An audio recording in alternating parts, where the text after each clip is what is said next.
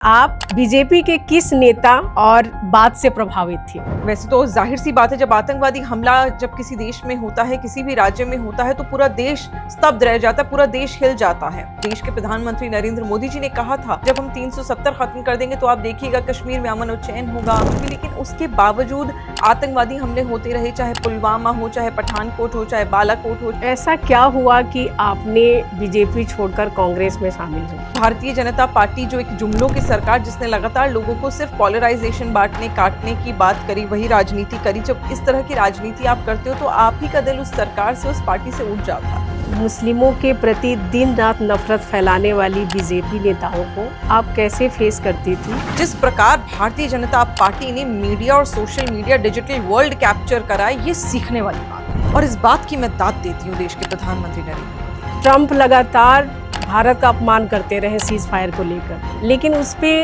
हमारे प्रधानमंत्री इस देश के एक बार भी पीछे नहीं करते। आप दोस्त कहते हैं उसे, कैसा दोस्त? जिस दोस्त ने ऑपरेशन सिंदूर के दौरान IMF से $1 बिलियन की फंडिंग दिलवा दी। अल्लाह जाने क्या अजान फूंक के आते हैं उनके कानों में, क्या बात फूंक कर आते हैं कि 3 जून को वो ADB बैंक 6,500 करोड़ का सैंक्शन दे देता है पाकिस्तान को। देखिए, ये सरकार, ये पार्टी सिर्फ एक ही आइडियोलॉजी पे चलती है, वो है नफरत, काटना और बांटना। राहुल गांधी जी और प्रधानमंत्री जी मोदी जी में कोई समान? नरेंद्र मोदी नफरती राजनीति करते हैं, वो सेल्फ ऑप्टिक्स करते हैं, सेल्फ गोल करते हैं। राहुल गांधी वो हैं जो पहलगाम में हमला होने के बाद वहां पर उनके जितने भी लोग शहीद हुए उनके परिवारों से जाकर वो हैं जो आज भी देश के संविधान को बचाने की बात करते हैं। उन्हें फर्क नहीं पड़ता वो कल प्रधानमंत्री बनेंगे या उनकी पार्टी सत्ता में आएगी नहीं आएगी, उन्हें कोई मतलब नहीं। उनका सिर्फ एक उद्देश्य, भारत का लोकतंत्र जिंदा रहे, भारत का संविधान जिंदा रहे और भारत को लोग ना काट पाए ना बांट पाए। नमस्कार, मैं Vandana Pandey the Vandana vibe show में आपका स्वागत करती हूँ। आज इस शो के मेहमान हैं निघट अब्बास, जो राष्ट्रवादी विचारधारा, गंगा जमुनी तहजीब और अपने बेबाक अंदाज के लिए जानी जाती हैं। हाल ही में बीजेपी को छोड़कर कांग्रेस में शामिल हुई हैं। कांग्रेस में शामिल होने से पहले निघट CAA, धारा 370 और 3 तलाक कानून के समय पर मीडिया में बीजेपी की प्रमुख चेहरा थी। आज हम निघट अब्बास से उनके सामाजिक और राजनीतिक जीवन के कुछ रोचक किस्सों के बारे में बात करेंगे। निघट जी, आपका हमारे शो में बहुत बहुत स्वागत है। Thank you so much Vandana ji, thank you so much. आज के इस शो का पहला सवाल है, आपने बीजेपी में आने से राजनीति की शुरुआत कैसे किया? आप राजनीति की तरफ आपका कैसे आना हुआ और आप बीजेपी के किस नेता और बात से प्रभावित थी? देखिए, पहले तो मेरे परिवार में पुराना जो मेरा रहा है, मेरे जो बड़े बुजुर्ग हैं उनमें से कोई भी राजनीति में नहीं रहा। मैं अपने परिवार की पहली सदस्य हूँ जो राजनीति में आई हूँ और भारतीय जनता पार्टी में एब्रोगेशन ऑफ ट्रिपल तलाक, जब ट्रिपल तलाक को ख़त्म करने की बात शुरुआत करी गई थी, तब से ही मैं प्रेरित थी भारतीय जनता पार्टी की तरफ और मुझे वाकई लगा कि ये मुसलमान महिलाओं की पीड़ा को समझने वाला एक ऐसी पार्टी है जिसने वाकई मुसलमान की जो इतने सदियों से चल रही पीड़ा है उसको समझा है और उसको ख़त्म करने की बात उन्होंने करी है। और विच इज़ वाई मैंने इंस्पिरेशन लेके भारतीय जनता पार्टी ज्वाइन करने का मन भी बनाया और मैंने भारतीय जनता पार्टी ज्वाइन करी भी। मैं काफ़ी साल बीजेपी में रही क्योंकि आपने मेरा इंट्रोडक्शन इसी प्रकार दिया कि मैं CAA और 370 और ट्रिपल तलाक का प्रमुख चेहरा पार्टी के लिए टीवी मीडिया चैनल्स में प्राइम डिबेट्स में रही हूँ। वो बात सच है और कुछ समय तक मुझे भी लगा कि वाकई ट्रिपल तलाक के एब्रोगेशन से मुसलमान महिलाओं की मदद होगी। मुझे वाकई लगा कि 370 ख़त्म होने के बाद कश्मीर में अमन और चैन होगा। मुझे वाकई लगा कि CAA ख़त्म होने के बाद, CAA आने के बाद आतंकवाद बिल्कुल हमारे देश से ख़त्म हो जाएगा। लेकिन देखा जाए तो उल्टा हुआ है। चाहे ट्रिपल तलाक का एब्रोगेशन उसके बाद भी आज भी FIR नहीं होती, आज भी कंप्लेंट्स नहीं होती, आज भी जो मुसलमान महिलाएं अपनी कंप्लेन कराने के लिए जाती हैं, ना शासन ना प्रशासन ना उनकी कोई कंप्लेन लेता है, ना ही उन पर कोई कार्रवाई होती है। एक कागजी एब्रोगेशन बनकर रह गया था ट्रिपल तलाक। तो मुझे लगता है कि सरकार ने इसका पॉलराइजेशन के लिए तो ज़रूर इस्तेमाल करा, मोदी सरकार ने, लेकिन अगर हम वाकई बात करें कि क्या ज़मीनी स्तर पर इससे प्रभाव पड़ा है तो नहीं पड़ा है। 370 की बात करें तो बहुत दूर नहीं, मुझे बताने की ज़रूरत नहीं है कि किस प्रकार अभी हाल ही में 370 हटने के बावजूद, और ये वैसे तो ज़ाहिर-सी बात है, जब आतंकवादी हमला जब किसी देश में होता है, किसी भी राज्य में होता है, तो पूरा देश स्तब्ध रह जाता है, पूरा देश हिल जाता है। अब ये ज़्यादा अफ़ेक्ट मुझे और इसलिए भी करा क्योंकि जिस दिन पहलगाम का हमला हुआ पहलगाम में, उस दिन मैं श्रीनगर में थी। उसी दिन मैं श्रीनगर में थी और हो सकता है कि थोड़ी देर बाद मैं भी शायद पहलगाम जाती। तो इस प्रकार अभी भी आतंकवादी हमले हमारे भारत में हो रहे हैं, जबकि आपने कहा था, मतलब देश के प्रधानमंत्री नरेंद्र मोदी जी ने कहा था उस पटल से कि जब हम 370 खत्म कर देंगे तो आप देखिएगा कश्मीर में अमन और चैन होगा, कश्मीर में तरक्की होगी, कोई आतंकवादी हमला नहीं होगा, इलीगल इमिग्रेशन नहीं होगी। लेकिन उसके बावजूद आतंकवादी हमले होते रहे, चाहे पुलवामा हो, चाहे पठानकोट हो, चाहे बालाकोट हो, चाहे रियासी हो, चाहे पहलगाम हो। मोदी सरकार की जब से कार्यकाल रहा है तब से 50 से अधिक आतंकवादी हमले हो चुके हैं। तो ये अपने आप में एक सवाल खड़ा करता है सरकार के लिए। और रही बात सीए, क्योंकि आपने सीए का भी ज़िक्र किया, तो बिल्कुल लगता था कि नागरिकता छीनने नहीं देने का कानून है, और अगर देने का कानून है तो 5 से ज़्यादा साल हो गए इस कानून को आए हुए, लेकिन आज भी 300 सिर्फ़ लोग हैं जिनको नागरिकता दी गई है। लेकिन इल्लीगल इमिग्रेशन आज भी ख़त्म नहीं हुई। मैं समझ नहीं पाती हूँ कि भारतीय जनता पार्टी सीए का विरोध कर रही है या उसके समर्थन में खड़ी है, क्योंकि एक तरफ आप कहते हैं कि सीए हम लेकर आए तो देखिए इल्लीगल इमिग्रेशन ख़त्म हो जाएगा, एक अगले ही दिन आप ही के नेता रोना गाते हैं कि रोहिंग्याज़ हमारे देश में बहुत ज़्यादा हैं, हमारे देश में बांग्लादेश से इन्फिल्ट्रेशन हो रही है, हमारे देश में अफ़गानिस्तान से लोग आ रहे हैं, हमारे देश में पाकिस्तान से लोग आ रहे हैं। तो इस प्रकार की चीज़ें लगातार होती आई हैं। तो मुझे लगता है कि जुमलों वाली सरकार ये ज़रूर है, लेकिन अगर हम वाक़ई चर्चा करें कि क्या इस सरकार ने जो कानून बनाए, क्या उनसे देश को फ़ायदा हुआ है, तो ये झूठ है, ऐसा नहीं हुआ है। ऐसा क्या हुआ कि आपने बीजेपी छोड़कर कांग्रेस में शामिल हुई? मुझे लगता है ये जो अभी मैंने आपके पहले ही सवाल में जवाब दिए, यही मुझे लगता है जस्टिफ़ाई कर देता है कि भारतीय जनता पार्टी जो एक जुमलों की सरकार, जिसने लगातार लोगों को सिर्फ पॉलराइजेशन बाँटने, काटने की बात करी, वही राजनीति करी। जब इस तरह की राजनीति आप करते हो तो आप ही का दिल उस सरकार से, उस पार्टी से उठ जाता है। जिस सरकार में, जिस पार्टी में महिलाओं की इज़्ज़त नहीं है, जहाँ पर गरीबों की इज़्ज़त नहीं है, जहाँ पर आप अपने आप को एक 2 सिस्टम, 2 पार्टी सिस्टम चलता है, मतलब 2 पीपल पार्टी सिस्टम चलता है कि सिर्फ 2 जो ऊपर के 2 लोग हैं वही पूरी पार्टी चलाते हैं, वही सरकार चलाते हैं। इस तरह की चीज़ें जब होती हैं, आपको पता चलता है कि जो कानून बनाया जा रहा है वो सिर्फ, जैसे विमेन रिजर्वेशन के लिए भी आया, वो बंद बस बक्से में चला जाता है, ट्रिपल तलाक बक्से में चला जाता है। अब मुझे नहीं पता कास्ट सेंसस भी बक्से में ही जाएगा, मुझे तो लगता है इनकी तरफ से। वो तो कांग्रेस पार्टी का, माननीय राहुल गांधी जी का दबाव इस प्रकार भारतीय जनता पार्टी की सरकार पे रहा कि इन्होंने कास्ट सेंसस पर बात करी और इन्होंने कानून बनाए। लेकिन ये वही देश के प्रधानमंत्री नरेंद्र मोदी हैं जो वो कहते थे कि देश में तो कोई जातियां होती नहीं है। जातियां होती हैं क्या? इन्हीं के नेता कहते फिरते थे कि जातियां होती हैं क्या? तो वो नेता आप क्या कहना चाहते हैं, उस पर पहले सवाल हम पूछना चाहते हैं, जो सरकार जवाब नहीं देती। और यही कारण रहे कि जब आप झूठ बोलते हैं, आप बोलते कुछ हैं, करते कुछ हैं, दिखाते कुछ हैं, तो सरकार काम कम और जुमलेबाजी ज़्यादा कर रही है। अगर हम 11 सालों में बात करें कि आपके मास्टर स्ट्रोक्स क्या रहे, तो बीजेपी हमेशा मास्टर स्ट्रोक में नोटबंदी को कहती है कि हमने काला धन हटा दिया। अभी आरबीआई की रिपोर्ट आई है लेटेस्ट, 37% इसी साल 2024-25 में 37% इंक्रीज हुआ है। फर्जी नोट है 500 रुपए के, 500 रुपए के फर्जी नोट बढ़ गए हैं मार्केट में। काला जितनी भी कैश था, कैश इनफ्लो वापस मार्केट में आ गए। तो किस प्रकार से आपने उसको ख़त्म करा, और आज भी आतंकवादी हमले हो रहे हैं। तो ये सारी चीज़ें सिर्फ बातों में रह गई हैं, सिर्फ कागज़ पर उन्होंने कलम से तो लिख दिया, पर अगर हम इम्प्लीमेंटेशन की बात करें तो उसमें नील बटे सन्नाटा है ये सरकार। निघट जी, आपने अपने घर में मंदिर की स्थापना होने का वीडियो साझा किया था। बिल्कुल। क्या वह मंदिर आज भी क्यों है? नहीं होगा? आप चलिए मेरे घर, इस चर्चा के बाद आपको अपने घर लेके चलते हैं। और अच्छा लगता है कि ये पॉडकास्ट हम मेरे घर पे करते तो आपको मंदिर के दर्शन भी कराते। देखिए, मैं एक ऐसे देश में पैदा हुई हूँ जहाँ पर गंगा जमुना तहज़ीब सिर्फ मेरे ज़हन में नहीं, मेरे खून में बसती है। मैं इस सरज़मीन पर सजदा करती हूँ। मुसलमान के लिए भगवान श्री राम इमाम हिंद का हमने उन्हें पद दिया, मतलब हम मानते हैं कि वो इमाम हिंद हैं। और मैं उस देश में हूँ जहाँ पर हिंदू और मुसलमान, सिख, ईसाई सब एक दूसरे के साथ चलते हैं। रमज़ानों में राम, दिवाली में अली आता है, ये मैं बचपन से सुन रही हूँ। और इस चीज़ को मैंने समझा है, मैंने परखा है, मैंने जिया है। और उसी चीज़ को हम आगे बढ़ाते हैं। आज भी कितने हिंदू भाई बहन अजमेर शरीफ जाते हैं, निज़ामुद्दीन दरगाह शरीफ जाते हैं, न जाने कितने पीर बाबाओं पर चादर चढ़ाते हैं, तो क्या वो गलत है? नहीं। कितने मुसलमान हैं जो वैष्णो देवी जाते हैं, धागा बांधते हैं, तो क्या वो गलत है? नहीं है। तो मेरे को लगता है ये हमारे भारत की, हमारी संस्कृति की खासियत है, ये गोल्डन एलिमेंट है जिसको हमें ख़त्म नहीं करना चाहिए, और बिल्कुल है, और हम सब साथ बढ़ रहे हैं, साथ पढ़ रहे हैं, और इसको साथ लेकर ही आगे चलना चाहिए, और आने वाली पीढ़ी को भी यही समझाना चाहिए। आप दीपावली और महाशिवरात्रि बहुत धूमधाम से मनाते मैं हैं। ईद भी उतनी ही धूमधाम से मनाती हूँ वंदना जी।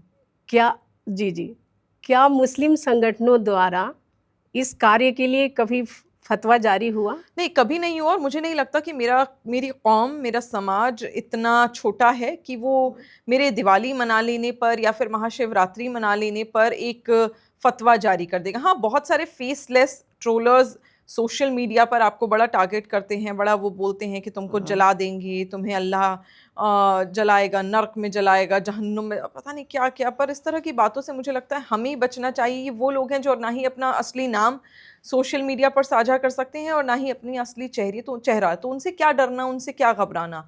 लेकिन कौम की जहाँ तक बात है, मेरे किसी भी मौलाना भाई ने या कोई भी जो इस चीज़ को प्रीच करते हैं, इस्लाम को प्रीच करते हैं, इस तरह की चीज़ और छोटी बात उन्होंने नहीं करी है। अल्लाह का मानना है, देखिए अल्लाह ने बोला है कि हर धर्म एक बराबर है और किसी भी धर्म को छोटा नहीं समझना चाहिए और किसी भी धर्म की तौहीन नहीं करनी चाहिए। हम उसी जज़्बे को, उसी नियत को, उसी सोच को आगे बढ़ाकर चल रहे हैं, और मुझे लगता है कि ये फ़तवे वाली बात, ये भारतीय जनता पार्टी के लोग करते हैं तो बड़ा अच्छा लगता है कि हाँ भाई फ़तवा जारी हो जाएगा, उन्हें बड़ा मज़ा आता है ऐसा सब बोलने में, पर आज तक तो हुआ नहीं, आगे की आगे बताएँगे।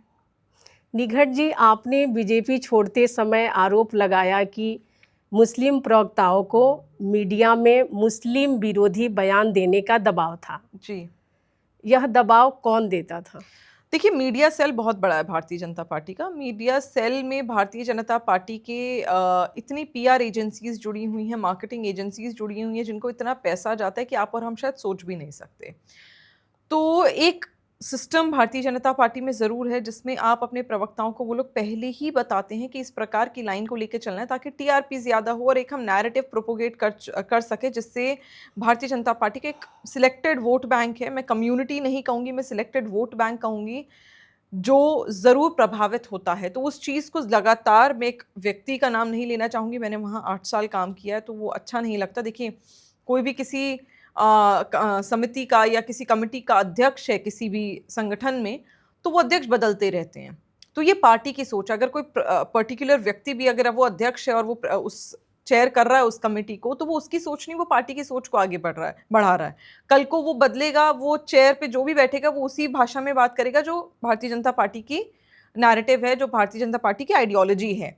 तो आपने जो बिल्कुल। सवाल पूछा कि कौन कहता था, तो आप भारतीय जनता पार्टी कहती थी, भारतीय जनता पार्टी को लेके चलिए, हम व्यक्तिगत टिप्पणी नहीं करेंगे। आपने एक और आरोप लगाया था बीजेपी पर कि बीजेपी देश में आने के बाद मुस्लिमों में डर का माहौल है। क्या यह डर का माहौल को समझने में आपको इतना समय क्यों लगा, जबकि अखलाक और पहलू खान के लिंचिंग के समय से ही इस देश में डर का माहौल बढ़ गई थी? देखिए, भारत बहुत बड़ा देश है। भारत में ज़ाहिर सी बात है, जब 150 करोड़ लोगों की आबादी होती है, तो कई इस तरह की चीज़ें भी होती हैं, और ये नहीं होनी चाहिए।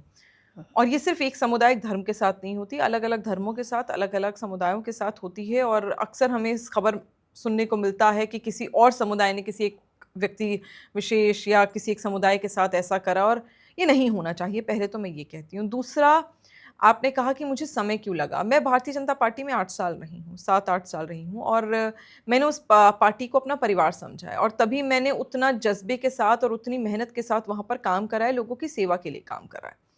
जब आप एक परिवार में होते हो, तो पाँचों उँगलियाँ बराबर नहीं होती, ज़ाहिर-सी बात है। आप कई बार महसूस करते हो कि एक, शायद कुछ लोग हैं जो आपको इस तरह की चीज़, आपको लगता है कि वो गलत प्रोपोगेट कर रहे हैं या गलत विचारधारा के साथ चल रहे हैं और गलत सोच रखते हैं और नफ़रती सोच रखते हैं, लेकिन कुछ लोग होते हैं जो ठीक भी होते हैं। तो जो ठीक हैं, मैं अगेन, जिसमें बहुत सारे लोग हैं जो मुझे लगता है कि कुछ, जैसे अगर पार्टी 100 लोगों की है तो 5 लोग ठीक थे, तो उन 5 लोगों से मैं ज़्यादा प्रभावित थी। अपने ऑरा में आपको किसको आने देना है, आपको समझना है। लेकिन हाँ, जब मुझे लगा कि नहीं, वो शायद 5 भी कहीं न कहीं इन्फेक्टेड हैं इन लोगों से, और वो आगे चल के चीज़ों को ख़राब ही करेंगे, या फिर अगर कुछ गलत वो बोलते तो उसको वो सही के लिए नहीं खड़े होते, बस वो शायद गलत को गलत, मतलब जो किसी ने अगर गलत बोला तो उसको शायद वो दोबारा गलत ना बोले, लेकिन वो उसको ये भी नहीं कहेंगे कि हाँ तुमने गलत बोला, तुम सही कर लो, चुप्पी साध कर बैठ जाएंगे। पर कहते हैं ना, जब आप चुप हो जाते हो तो कहीं ना कहीं आप उसकी एक्सेप्टेंस ले लेते हो, आप उसे हामी भर देते हो कि हाँ ऐसा होगा। तो उन सब चीज़ों को मद्देनज़र रखते हुए मुझे लगा, मैंने दिया समय और मुझे लगा शायद चीज़ें बदलेंगी। और ऐसा नहीं है कि मैंने बैठकों में इस बात पर चर्चा नहीं करी, चाहे वो अनुराग ठाकुर का वो बयान हो कि देश के गद्दारों को गोली मारो, चाहे परवेश वर्मा का वो बयान हो जब उन्होंने 2020 में शाहीन बाग के दंगे करवाते वक्त ये बयान दिए थे। तो मुझे लगता है कि उस समय भी मैंने इस बात को बोला था, तो मुझे लगता है उसके बाद भी उन्होंने नहीं समझा, नहीं सोचा। जो last nail on the coffin था, उत्तर प्रदेश में आप उत्तर प्रदेश में रहते हैं वंदना जी, आपने देखा होगा 2024 के लोकसभा चुनाव से पहले बड़े बड़े पोस्टर्स लगे हुए थे काले रंग के उत्तर प्रदेश में, जिसमें शुरुआती पोस्टर आपने देखा नहीं देखा मैं नहीं जानती, पर मैं बता देती हूँ। मेरे घर के बाहर, मेरे घर के पास अलग जी, जी। चौराहे पर एक बड़ा सा काले रंग का पोस्टर लगा हुआ था, जिसपे कमल का निशान था। एक अपना छोटा सा यूथ विंग का कोई लीडर था जिसने अपनी फोटो लगा रही थी, नेशनल लेवल नहीं, छोटा सा जिला के लेवल के लीडर ने लगा रखी। तो बड़ा पोस्टर जिसपे लिखा हुआ था काले रंग के पोस्टर पे, कटेंगे तो बटेंगे। देखा होगा आपने शायद वो बाद वाला पोस्टर देखा होगा। ये मैंने वो इनिशियल पोस्टर देखा था जिसमें किसी और का नहीं, सिर्फ कमल का निशान था, छोटा सा यूथ विंग का कोई बच्चा, कोई लड़का, मतलब जो यूथ विंग के जिला के लड़के होते हैं उनमें से एक लड़का था, और वो पोस्टर था, बहुत बड़ा पोस्टर था, अच्छे प्रोमिनेंट पोजीशन पे था।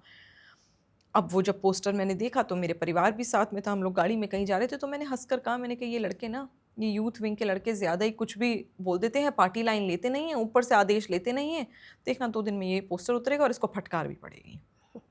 मुझे ऐसा लगा। जी, जी।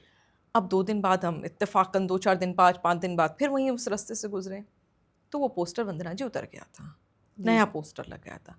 अब नया पोस्टर में क्या था? वही काले रंग का पोस्टर, वही कमल का निशान, वही कटेंगे तो बटेंगे, लेकिन वहाँ फोटो उस जिला के यूथ विंग के लीडर की जगह देश के सबसे बड़े राज्य उत्तर प्रदेश के मुख्यमंत्री आदित्यनाथ जी की थी।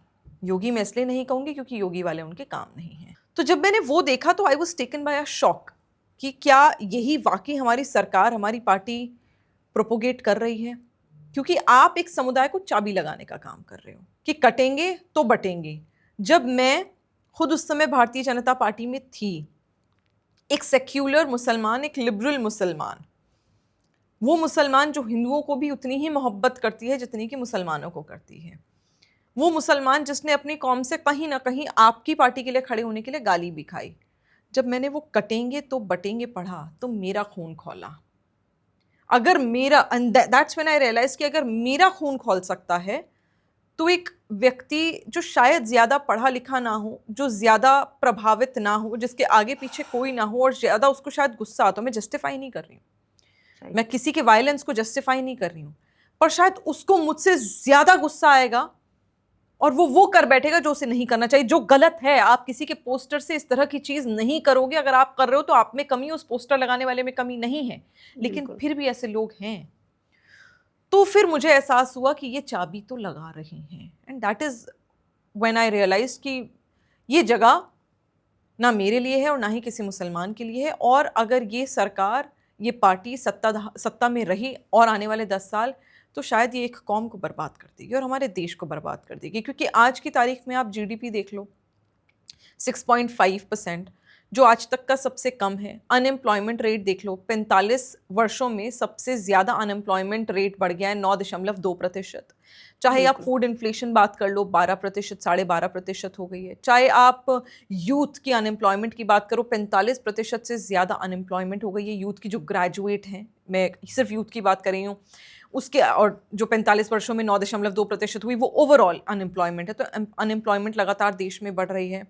चाहे आप महंगाई की बात कर लो, हर चीज़ देश में ख़राब ही कर रही है। चाहे विश्व गुरु की आप बात करते थे, मुझे तो लगता है कि आप ब्लंडर गुरु बन गए हैं। G7 समिट में आपको नहीं बुलाया गया, वहाँ यूएस के आर्मी के प्रोग्राम में मुनीर को बुलाया जाता है, लेकिन यूएस को कोई, हिंदुस्तान को कोई पूछता नहीं है। देश के प्रधानमंत्री नरेंद्र मोदी की ऐसी फॉरेन पॉलिसी है जिसका बंटाधार हो गया है। चाहे ट्रंप का 12 दफ़ा ये बोल देना हो कि मैंने ऑपरेशन सिंदूर में सीज फायर कराया, मैंने इनको ट्रेड पर धमकाया, और हिंदुस्तान और पाकिस्तान को एक तराजू में तोलना हो, चाहे ये कह देना हो कि पाकिस्तान के जो लीडर्स हैं वो तो बहुत अच्छे हैं और हिंदुस्तान की लीडर के बारे में कुछ ना बोलना हो, हिंदुस्तान के बारे में कुछ ना बोलना, चाहे टिम कुक को कतर में जाकर ये बोलना हो ट्रंप का कि तुम निवेश मत करो इंडिया में, तुम अगर मैन्युफैक्चर करोगे तो मैं 25% टैरिफ बढ़ा दूंगा। तो ये सारी चीज़ें देखते हुए कहीं ना कहीं आप देश में इन सब चीज़ों की बात नहीं कर रहे हो। हमारे लोगों को बेड़ियां बांधकर यूएस से आतंकवादियों की तरह भेज दिया जाता है वापस। क्या आतंकवादी थे मेरे सिख भाई जिनको बेड़ियां लगाकर यूएस से वापस भेजा गया था यहाँ पर। तो ट्रंप कुछ नहीं कहते, आप जाके गले लपक लपक के लगेंगे ट्रंप के, देश के प्रधानमंत्री नरेंद्र मोदी, तो उससे आप कूटनीति फॉरेन पॉलिसी नहीं स्ट्रॉन्ग कर रहे हो। अब हाई टाइम हमारे देश के प्रधानमंत्री नरेंद्र मोदी को समझ आना चाहिए कि फॉरेन पॉलिसी गले लगकर नहीं होती है। फॉरेन पॉलिसी तब होती है जब आप इंटरनेशनल प्लेटफॉर्म पे अपने आप को आप अपना एक वजूद दिखा सको और अपने लिए बात कर सको। पिछले 6 सालों में आप देख लो कि पिछले 6 सालों में 6 यूएन जनरल असेंबली हुई। 2019 की बात है, व्हाइट हाउस में ट्रंप किससे मिलते हैं? उस समय के प्रधानमंत्री पाकिस्तान के इमरान खान। इमरान खान को बोलते अरे मैं हफ्ते भर पहले मोदी जी से मिला था, मोदी जी ने मुझे कहा है कि मध्यस्थता करेंगे हम कश्मीर के और मैं कराऊंगा, अमेरिका कराएगा। उसके 2 महीने बाद आप ये तो कहते नहीं है कि ट्रंप झूठ बोल रहे हैं, उल्टा आप क्या करते हैं? हाउडी मोदी। क्या करते हैं आप? अब की बार ट्रंप सरकार। आप क्या करते हैं? नमस्ते ट्रंप। आप ये सारी चीजें कर रहे हो, लेकिन आप कहीं से कहीं तक भी देश की बात नहीं कर रहे। यूएन जनरल असेंबली 6 दफा हुई, 4 दफा देश के प्रधानमंत्री नरेंद्र मोदी ने खुद अटेंड करी, दो दफा जयशंकर साहब ने अटेंड करी। आपने एक दफा जाकर नहीं बोला कि ट्रंप ने झूठ बोला था कश्मीर की मध्यस्थता पे। तो क्या 2025 की जो यूएन जनरल असेंबली होगी उसमें आप बोलेंगे? आप में इतना जज्बा है कि आप जाके बोले कि ट्रंप ने 12 दफा मुझे बदनाम करने की कोशिश करी, सीज फायर में इनका कोई लेना देना नहीं था? आपने तो एक ट्वीट तक नहीं करा। तो जब ये सारी बातें हैं, इतनी सारी चीजें हैं, आप इन सबको दरकिनार कर कर आप सिर्फ हिंदू मुसलमान मंदिर मस्जिद की राजनीति करोगे तो देश आगे नहीं बढ़ेगा। और देश के बारे में आप देखिए, आतंकवादी हमले भी हो रहे हैं, महंगाई भी बढ़ रही है, मैंने जैसे कहा कि अनएम्प्लॉयमेंट रेट भी बढ़ रहा है। तो आप कर क्या रहे हो? कर क्या रहे हो? मैं जानना चाहती हूँ। अब इतने स्टूडेंट्स हमारे बाहर चले गए, यूएस जाते हैं। भाई मैंने कहा ना, आपकी दोस्ती आप बहुत दिखाते हो, ट्रंप और नरेंद्र मोदी की बहुत अच्छी दोस्ती। कैसी दोस्ती? अभी हमारे बच्चे, यूएस के बच्चे जिनके माँ बाप ने, माता पिता ने जिनकी ज़िंदगी भर की जमा पूंजी लगा दी अपने बच्चे की पढ़ाई में, उन्होंने एडमिशन कराया, उन्होंने सब कराया, वो चले गए यूएस बच्चे, और जाकर वहाँ पर फॉर्म रिजेक्ट कर देते हैं। यूएस की यूनिवर्सिटीज़ फॉर्म रिजेक्ट कर देती है, हमारे बच्चों को वापस भेज देती है और सरकार कुछ नहीं बोलती है। तो जो असली मुद्दे उन पर तो कोई चर्चा कर ही नहीं रहा। और माफ़ करिएगा आप लोग, क्योंकि मीडिया से आते हैं, पर मीडिया का एक बहुत बड़ा तबका है, 90% मैं कहूँगी, which is a very very big number. मैं और बड़ा कहना चाहती थी, पर चलो थोड़ा मॉडेस्ट होकर 90% कह देती हूँ, जो असल मुद्दों पर चर्चा ही नहीं करता। इस पर बहस करिए ना कि लोगों को नौकरियां क्यों नहीं मिल रही, इस पर बहस करिए ना कि पेपर क्यों लीक हो रहा है, इस पर बहस करिए ना कि 10 लाख नौकरियां क्यों आज भी जो टीचर्स की है वो सरकारी पोस्ट क्यों खाली पड़ी हुई हैं। इस पर बात करिए ना, हमारे बच्चों को वापस क्यों भेजा जा रहा है। और हमारे बच्चे, पहली बात तो बाहर जाकर पढ़ने की जरूरत ही क्यों पड़ रही है? अपना एजुकेशन सिस्टम इतना क्यों वीक है? 11 सालों में क्या करा आपने? क्या रिफॉर्म लाया? आप देश के प्रधानमंत्री हो, आपने एजुकेशन सिस्टम में क्या रिफॉर्म लेकर आए कि हमारे देश का बच्चा आज भी बाहर यूएस जाकर पढ़ना चाहता है? क्यों हमारे हिंदुस्तान में वो नहीं है कैपेबिलिटी कि हम अपने बच्चों को नहीं पढ़ा सकते? हमारे देश में लोग आने चाहिए ना। यूएस के बच्चे आ रहे हैं क्या यहाँ पढ़ने? आप जाके हाउडी हाउडी मोदी करते हैं वहां पर, अब की बार ट्रंप सरकार करते हैं। कौन सा, मुझे बताइए, ट्रंप आए थे आपके चुनाव में यहाँ? मुझे बहुत तरस आता है बीजेपी के कार्यकर्ताओं पर, क्योंकि इन कार्यकर्ताओं को लगता है कि नरेंद्र मोदी की बड़ी वाहवाही हो रही है। अरे नरेंद्र मोदी की वाहवाही हो रही है, हाउडी मोदी हो रहा है, वहां पर लोग हो रहे हैं, लेकिन आपके लिए कौन आ रहा है? मुझे बताइए ना, आपके लिए यहाँ पर कौन आ रहा है? आपकी सरकार को आगे बढ़ाने के लिए कौन सा इंटरनेशनल लीडर यहाँ पर आ रहा है? कोई भी नहीं। तो असली मुद्दों पर कोई चर्चा कर ही नहीं रहा है, असली बात कोई कर ही नहीं रहा है। निघट जी, जब आप बीजेपी में थी, पार्टी में रहने के कारण कोई ऐसा वक्तव्य आपने दिया हो जो, लेकिन आप उससे अलग अपना विचार रखती हो? नहीं, मुझे लगता है जो मैंने आज तक, उस समय जब मैं भारतीय जनता पार्टी में थी तो मैं अपनी पार्टी के लिए बड़ी लॉयल थी। तो ऐसे इस समय अगर आप मुझे कहेंगे तो ऐसा कुछ मुझे याद नहीं आता। शायद आप पूछेंगी सवाल, किसी स्पेसिफिक क्वेश्चन को रखेंगी तो मैं ज़रूर बता पाऊंगी। लेकिन उस समय जब मैं बीजेपी में थी तो मैं अपनी पार्टी के लिए लॉयल थी, मैं अपने लोगों के लिए लॉयल थी। और जब उस समय मुझे जो सही लगता था पार्टी के लिए, वो मैं करती थी और वो मैं बोलती थी। लेकिन अगर आज आप पूछेंगे और मैं अपनी पुरानी चीज़ें सुनूंगी तो शायद कई ऐसी चीज़ें होंगी और कई ऐसी चीज़ें हैं भी जो मुझे लगा कि मैंने ये गलत बोला, पर मैं प्रभावित थी उस समय। आप जिस संगठन में होते उससे प्रभावित तो होते ही हो, तो मैं उस समय प्रभावित थी जी। तो वो कमियां रही होंगी, बट ठीक है, time gone, so it's done and dusted, we can't change it. Hiren Joshi का किस्सा तो वैसे जग जाहिर है, आपने क्या अनुभव किया है, एक बार हमारे दर्शकों को बताएं। देखिए, पूरा पीएमओ चलाने के लिए कुछ लोग वहां पर मौजूद हैं जो काफी समय से देश के प्रधानमंत्री नरेंद्र मोदी जी के साथ जुड़े हुए हैं। अब इन लोगों ने, मैं फिर, आप लोग मीडिया से आते हैं तो ऐसा बोलना, अब आपके सामने बोलना बोलिए आपको बोलिए। शायद तकलीफ हो, लेकिन ये रियलिटी है कि मीडिया कैप्चर कर चुके हैं। और इस बात की मैं दाद देती हूँ देश के प्रधानमंत्री नरेंद्र मोदी की, कि जिस प्रकार भारतीय जनता पार्टी ने मीडिया और social media digital world capture करा है, ये सीखने वाली बात है। हमको, आपको, सबको। कोई और संगठन, जिस संगठन ने 50 साल सत्ता देखी है, जिस संगठन ने देश को आजादी दिलाई है, जिस संगठन ने अपना खून बहाया है कि हमारे लोगों को आजादी मिल जाए, अपना देश वापस मिल जाए, जिस संगठन ने अपने लोगों की शहादत दी है, नेशनल लीडर्स, उस संगठन को भी आज भारतीय जनता पार्टी से एटलीस्ट पीआर और मार्केटिंग मैनेजमेंट सीख लेनी चाहिए। और मैं कहती हूँ अपनी पार्टी को, और मेरे पार्टी के बड़े बड़े नेता इस बात को कहते हैं कि हमें सीखना चाहिए। जिस तरह इन्होंने कैप्चर करा है और जिस तरह इन्होंने मिसयूज करा है सीबीआई, ईडी और नेशनल एजेंसीज का, मानना पड़ेगा, मतलब दाद देनी पड़ेगी। इस तरह कोई नहीं कर सकता था जिस तरह इन लोगों ने करा, और बहुत स्मार्टली करा। इसीलिए यही कारण है, जिस व्यक्ति का आपने नाम लिया, वो व्यक्ति सुबह सुबह एक फर्रा जारी करता है पीएमओ से, और ये रियलिटी है, मैं रही हूं, मैं जानती हूं क्या होता है। वो फर्रा जारी करते हैं सुबह सुबह कि आज ब्रेकिंग न्यूज ये चलेगी, आज इस मुद्दे पर बहस होगी, आज ये हम खबरें चलाएंगे, और इन खबरों को हम एकदम नहीं दिखाएंगे। आपने कभी देखी, मैं पिछले 7 साल से टीवी पर बैठ रही हूँ, आई एम श्योर आप भी डिबेट्स देखती होंगी। आपने देखा। कभी देखी है बेरोजगारी पर डिबेट होती हुई? कभी देखी है जीडीपी पर डिबेट होती हुई?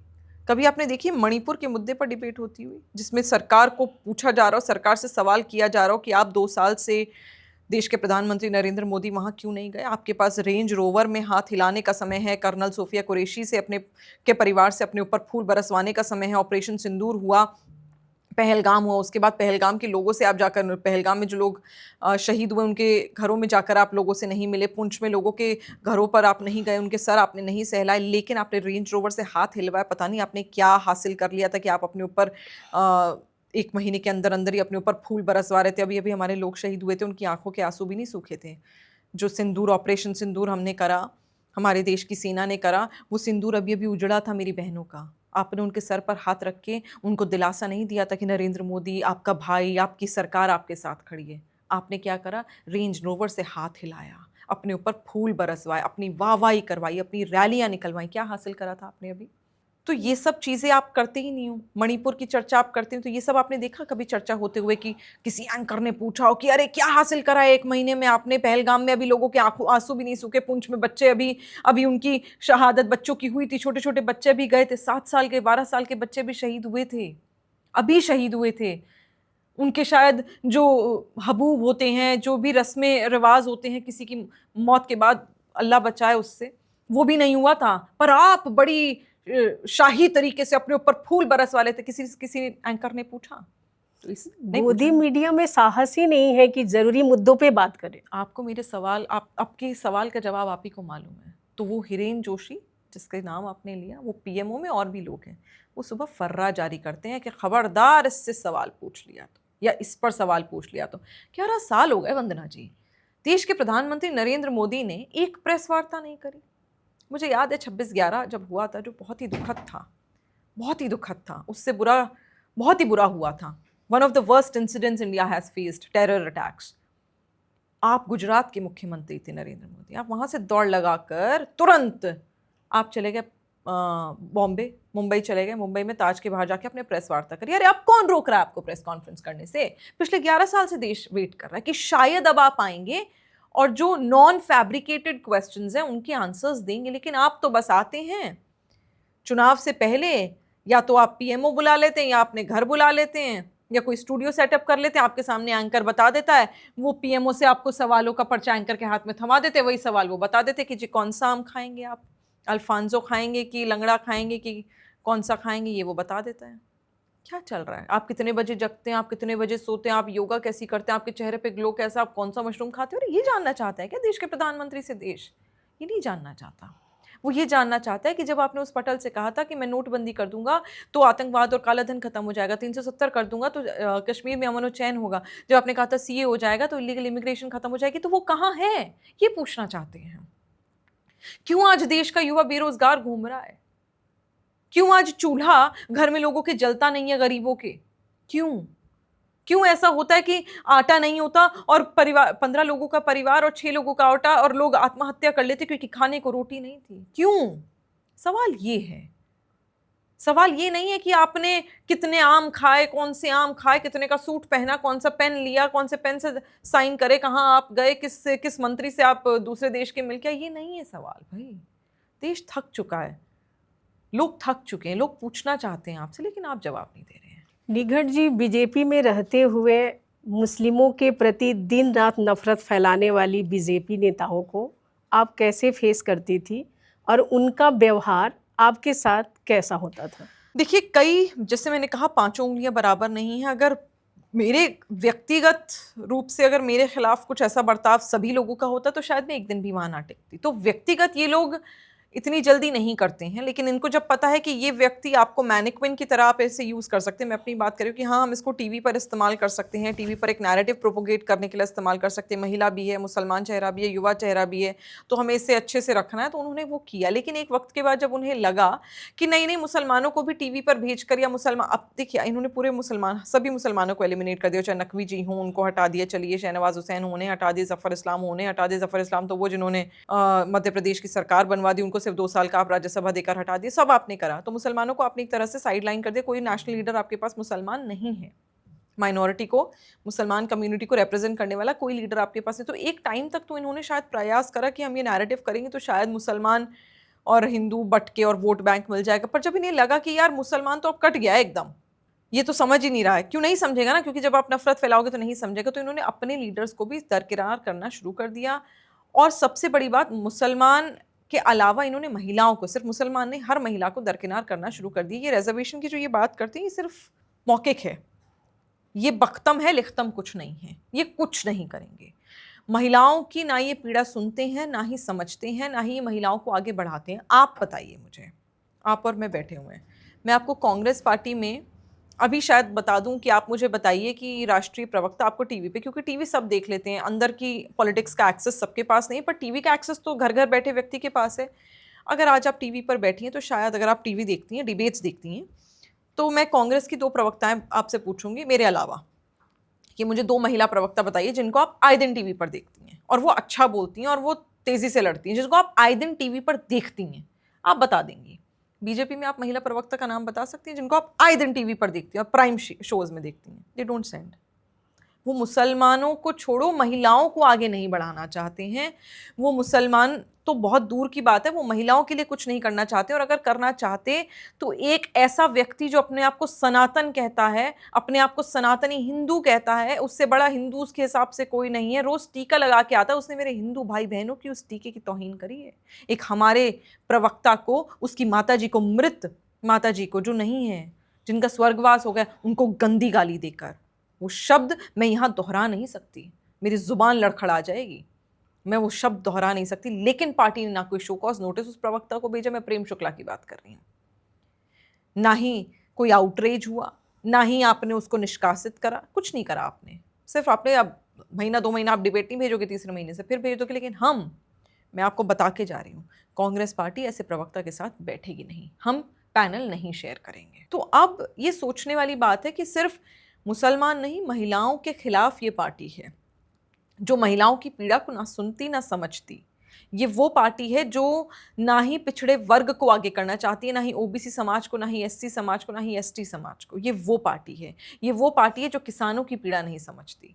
ये सिर्फ और सिर्फ अपना उद्धार करने में लगी है। मैं तो पूछना चाहती हूँ, बहुत बहुत स्पष्ट सवाल है, जो कोई एंकर नहीं पूछेगा, जो कोई मीडिया नहीं पूछेगी। और हम जब किसी और डिबेट में या किसी और मुद्दे पर डिबेट हो रही है और हम ये सवाल पूछ ले, तो बड़े प्यार से, बड़े खूबसूरत तरीके से एंकर कह देते हैं, अरे नहीं, इस पर मुद्दे पे बहस नहीं हो रही ना, ये मुद्दा जब बहस होगी इस पर चर्चा करेंगे, आप तो इस पर सवाल का जवाब दीजिए। और सवाल ये होता है कि क्यों आज भी रशिया से जब आप तेल लेते हो तो 26 रुपये प्रति लीटर लेते हो, लेकिन भारत में 103 रुपये प्रति लीटर है? क्यों पाकिस्तान में और बांग्लादेश जैसे देशों में, चाइना जैसे देशों में जो तेल है वो हिंदुस्तान से सस्ता है, क्यों? पर आप जवाब नहीं देंगे, क्योंकि आपके पास जवाब नहीं, क्योंकि आप बैठकर जो बिचौलिए पैसा खा रहे हैं और बाहर विदेशों में आइलैंड्स ले रहे हैं, इनके दस्तावेज जिस दिन एक्सेस मिल जाएगा, जो कई बार लीक हो जाते हैं डॉक्यूमेंट्स, और हुए भी हैं पर इन्होंने नकार दिया उसे कुछ रूप से, और कुछ जर्नलिस्ट ने जब वो डॉक्यूमेंट्स एक्सटर्नल अफेयर्स के भी साझा करे हैं लोगों के साथ, तो उन जर्नलिस्ट को जेल पहुंचा दिया गया। इस तरह की चीज़ें होती रहती हैं। तो ये सच का सामना है वो नहीं करना चाहते, और इनका समर्थन करने वाले मीडिया है। मोदी सरकार वैसे भी किसी भी मुद्दे पर कोई भी जवाबदेही और जिम्मेदारी तय नहीं करती। मैं तो वही कह रही हूँ, अकाउंटेबिलिटी। अब बताइए ना, इतना दुखद हादसा हो गया अ, 12 तारीख ट्रंप लगातार भारत का अपमान करते रहे सीज फायर को लेकर। आपने भी कहा 12वीं बार बोले, हम सभी ने सुना, बिल्कुल लेकिन उस पे हमारे प्रधानमंत्री इस देश के एक बार भी पीसी नहीं करते। बिल्कुल। क्यों? आपके लिए आपका दोस्त मायने रखता है। एक अडानी को, अपने मित्र को बचाने के लिए बस। ये देश को गिरवी रख देंगे, देश की अस्मिता और देश का स्वाभिमान को बेच देंगे। Absolutely. देश का अपमान चाहे वो ट्रंप अमेरिका में बैठकर करे या अन्य देशों में, जैसे आपने कहा कि कई देशों में भारत का जैसा वो रिस्पॉन्स मिलना चाहिए था, जैसे हमारी ये ऑपरेशन सिंदूर के समय पे। देखिए वंदना जी, जब जी, आप दोस्त कहते हैं किसी को, तो वो दोस्त आपके साथ खड़ा होता है। 12 दफे तो जो उसने बोला ट्रंप ने, वो तो बोला ही, उस पर तो आपने जवाब दिया ही नहीं। आप कह रहे हो झूठ बोल रहा है, झूठ बोल रहा है। आप हमें बोल रहे हो, आप ट्रंप को ट्वीट कर दो ना, किस तरह का झूठ मत बोलो। ये देश का दुर्भाग्य है, देश के ऐसे प्रधानमंत्री हमारे देश में नरेंद्र हैं। मोदी जी ने तो बोला ही नहीं, इनके प्रवक्ता बोल रहे हैं कि ट्रंप झूठ बोल रहा है। देश के प्रधानमंत्री नरेंद्र मोदी बोले उनमें ना। हिम्मत नहीं है कि वो पीसी करके बताएं। अब आप सुनिए, कैसे होगी एक ऐसा, आप दोस्त कहते हैं उसे, कैसा दोस्त? जिस दोस्त ने ऑपरेशन सिंदूर के दौरान IMF से $1 बिलियन की फंडिंग दिलवा दी, ADB बैंक से एक तारीख को, 1 जून को देश के प्रधानमंत्री नरेंद्र मोदी मिलते हैं, और अल्लाह जाने क्या अजान फूंक के आते हैं उनके कानों में, क्या बात फूंक कर आते हैं कि 3 जून को वो ADB बैंक 6,500 करोड़ का सैंक्शन दे देता है पाकिस्तान को। FATF की लिस्ट से, ग्रे लिस्ट से पाकिस्तान को हटा दिया जाता है। सोचिए, जो एक आतंकवादी देश है, पाकिस्तान को तालिबान समिति का की निगरानी रखिएगा आतंकवाद पर, उसका अध्यक्ष बना दिया जाता है, उसका अध्यक्ष नियुक्त कर दिया जाता है। मतलब चोर को, महाचोर को एक चोर की निगरानी करने के लिए लगा दिया गया। तो हो क्या रहा है? आप तो कहीं पर भी जवाब नहीं दे पा रहे हैं। अभी वोट करना था फिलिस्तीन के लिए, वहां पर सीज फायर के लिए वोट करना था, आपने वहां से अपने आप को बचा लिया, जहां पर बच्चे छोटे छोटे बच्चे मर रहे हैं, लेकिन आप उनकी सोच ही नहीं रहे। तो जब आप अपने देश की नहीं सोच रहे तो किसी और की आप कैसे सोचेंगे? बिल्कुल। 2014 में लिंचिंग जैसा शब्द, डरावना शब्द अधिकांश लोगों ने सुना। ये मोदी सरकार के आने के बाद इतना क्यों बढ़ गया? देखिए, ये सरकार, ये पार्टी सिर्फ एक ही आइडियोलॉजी पे चलती है, वो है नफरत, काटना और बांटना। यही इनकी आइडियोलॉजी है। और इन्होंने शुरुआत से, आप देखिए, लव जिहाद, वोट जिहाद, पता नहीं कौन कौन सा जिहाद जो जिंदगी में किसी ने सुना नहीं था, लिंचिंग, इस तरह की चीज़ें ये पनपी हैं नरेंद्र मोदी की सरकार बनने के बाद। और इन्होंने ये बड़ा अच्छे से कैप्चर कर लिया है कि हमारे देश के लोग, मेरे को तरस आता है जब, और इनके कार्यकर्ताओं पर बुरा लगता है अपने देश के लोगों के लिए, जो बहक भी गए गलती से, लेकिन अब वापस आ रहे हैं। लोगों को समझ आ रहा है कि इन्होंने जो वादे किए थे कि हाँ भाई 2 करोड़ नौकरियां हम देंगे, GDP हम बना देंगे, ट्रिलियन इकोनॉमी बना देंगे, और न जाने इन्होंने फलाना ढमकाना, 15 लाख रुपए हर किसी के अकाउंट में आएंगे, और काला धन सारा वापस आएगा, मतलब जो चोरी कर लिया वो सब वापस आएगा। ये सारी चीज़ें इन्होंने सिर्फ जुमलेबाजी करी थी, तो अब लोग समझ रहे। लेकिन हाँ, जब इन्होंने शुरुआत करी अपनी राजनीति की, इनकी राजनीति का जो रूट है, जो जड़ है, वो नफरत है, वो काटना और बांटना, और उस पर इन्होंने बहुत सफलता के साथ 11 साल बिताए हैं। पर आप मान के चलिए 2029 से पहले इनकी सरकार गिरेगी, क्योंकि जो इनके, एक तो भारतीय जनता पार्टी की सरकार नहीं है, NDA की सरकार है, इनके घटक दल ही इनसे छिटक जाएंगे। क्योंकि जो घटक दल है ना, वो स्टेट स्पेसिफिक हैं, और जब स्टेट स्पेसिफिक होते हैं तो उनको समझ आता है, उनके पास तो छोटा, उनको पता है कि इस तरीके से काम नहीं होगा। जब तक हमारा राज्य आगे नहीं बढ़ेगा, सिर्फ नफरत पर, मंदिर मस्जिद की राजनीति पर राज्य आगे नहीं बढ़ेगा, तो वो ही छोड़ देंगे। और सबसे पहले देखिएगा, आपको बिहार से आवाज़ आएगी। बीजेपी का कोई नेता जो आज भी आपको प्रेरित करता हो? मुझे नहीं लगता ऐसा कोई व्यक्ति है, क्योंकि अगर आप मेरे साथ, मेरे व्यक्तिगत आपसे संबंध अच्छे हैं, या फिर आप कभी इस तरह की बयानबाजी नहीं देते हो जो देश को के सामने गलत आए, या देश की किसी कौम या किसी भी कम्युनिटी या किसी भी समुदाय के खिलाफ हो, तो आप उन लोगों के खिलाफ भी नहीं खड़े होते जो आप ही की पार्टी के नेता हैं और वो उस तरह की बयानबाजी करते हैं जो नफरती बयान है। तो अगर आप चुप्पी साध कर बैठे हो तो आप गलत हो, तो अब तो ऐसा कोई नहीं। निघट जी, धारा 370 सीएए और 3 तलाक के मुद्दे पर बीजेपी में रहते हुए जो आपका विचार था, क्या आज भी कांग्रेस में आने के बाद वह कायम है या कुछ बदलाव हुई है? देखिए, ट्रिपल तलाक में अगर महिलाओं की मदद होती और ये वाकई डब्बे में बंद ना हो जाता, सिर्फ पार्टी पॉलराइजेशन के लिए इस्तेमाल ना करती, तो जाहिर सी बात है कि ट्रिपल तलाक का एब्रोगेशन का मैं समर्थन करती। लेकिन ऐसा हुआ नहीं, आपने सिर्फ अपनी राजनीति के लिए इस्तेमाल करा, आपको महिलाओं की पीड़ा की कोई चिंता नहीं थी। 370 से अगर कश्मीर में अमन और चैन होता तो 370 का भी समर्थन करते, सीए आने से अगर आतंकवाद खत्म हो जाता तो उसका भी समर्थन करते, पर ऐसा कुछ हुआ नहीं, सिर्फ जुमलेबाजी रही। तो मैंने पहले भी कहा कि जुमला ज्यादा काम कम हो रहा है, तो इन सब बातों का फिर कोई महत्व रह नहीं जाता।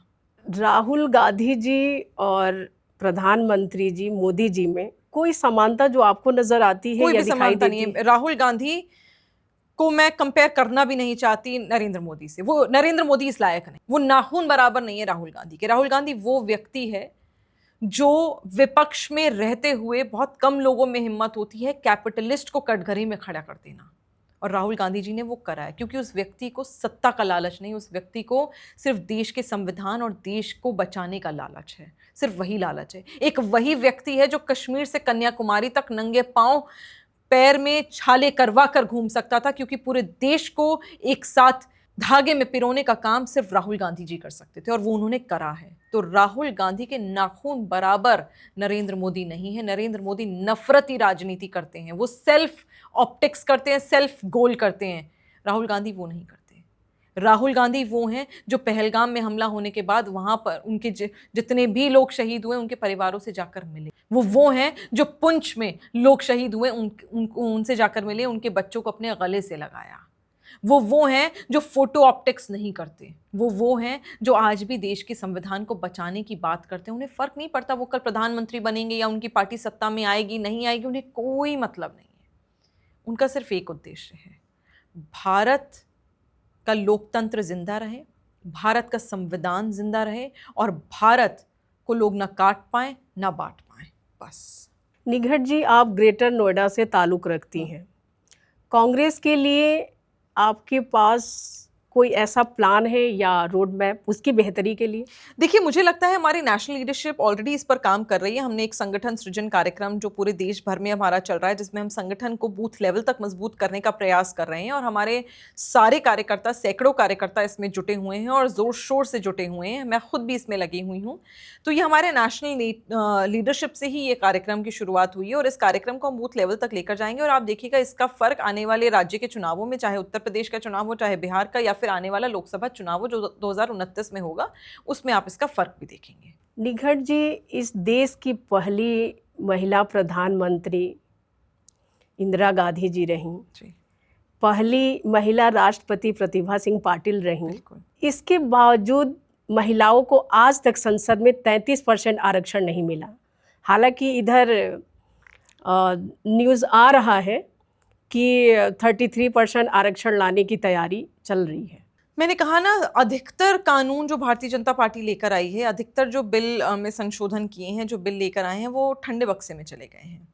अब कहना, ये अफवाहें तो खूब फैलाते हैं। कौन फैलाता है? फैला तो मीडिया ही रहा है कि ऐसा होगा, लेकिन होगा नहीं, ना ये करेंगे।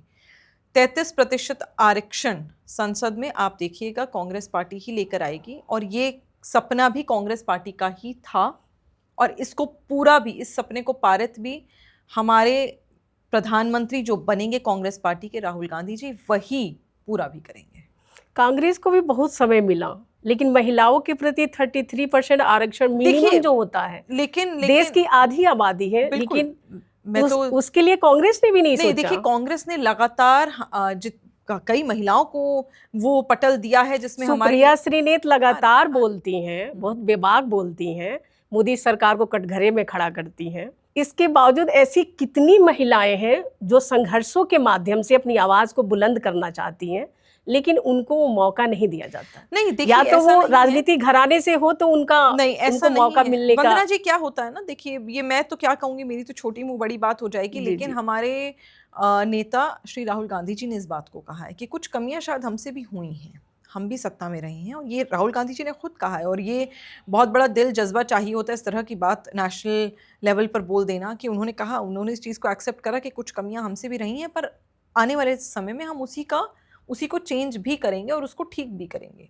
लेकिन आज जैसे आपने सुप्रिया जी की बात करी, अब देखिए, अगर अभी आपकी और मेरी बात कर लेते हैं, हम दोनों महिलाएं बैठी हैं, अगर आपने अभी सुप्रिया जी का नाम लिया कांग्रेस पार्टी में, और किसी नेता का नाम ना लेके सुप्रिया जी का नाम लेके उन्हीं के हवाले से नहीं, मुझसे चूंकि सवाल महिला पूछे, पे बात नहीं, हो हाँ, रही इसीलिए जी तो आपने महिला नेता का ही नाम लिया ना, जी जी, तो कहीं ना कहीं महिला नेता प्रभावित तो कर रही हैं हमारे देश को, पूरे तो समाज को, देश को बिल्कुल करती बिल्कुल। हैं। तो ऐसा नहीं है, हमारी नेशनल लीडर, हमारे पार्टी की राष्ट्रीय महासचिव, हम वायनाड की सांसद श्री प्रियंका गांधी जी, आप भी वो अपनी बेबाक आवाज से लोगों को प्रभावित करती हैं। हम तो बिल्कुल बिल्कुल। तो जी देखिए, मुझे लगता है कि बूंद बूंद से सागर बनता है, और हमारी तो नेशनल लीडरशिप में महिलाएं हैं। नेशनल लीडरशिप में वो महिलाएं हैं जो लगातार आपको संगठन के कार्यक्रमों में आपको एक्टिव दिखेंगी, लगातार संगठन को नेतृत्व देती हुई दिखेंगी। बीजेपी में कौन है? हमारे पास तो प्रियंका जी हैं, उनके पास कौन है? हमारे पास तो सोनिया जी हैं, उनके पास कौन है? महिलाओं को ना वो आगे बढ़ाते, ना ही कोई काम करते। महिला कितनी अध्यक्ष रही हैं भारतीय जनता पार्टी की, मुझे बताइए?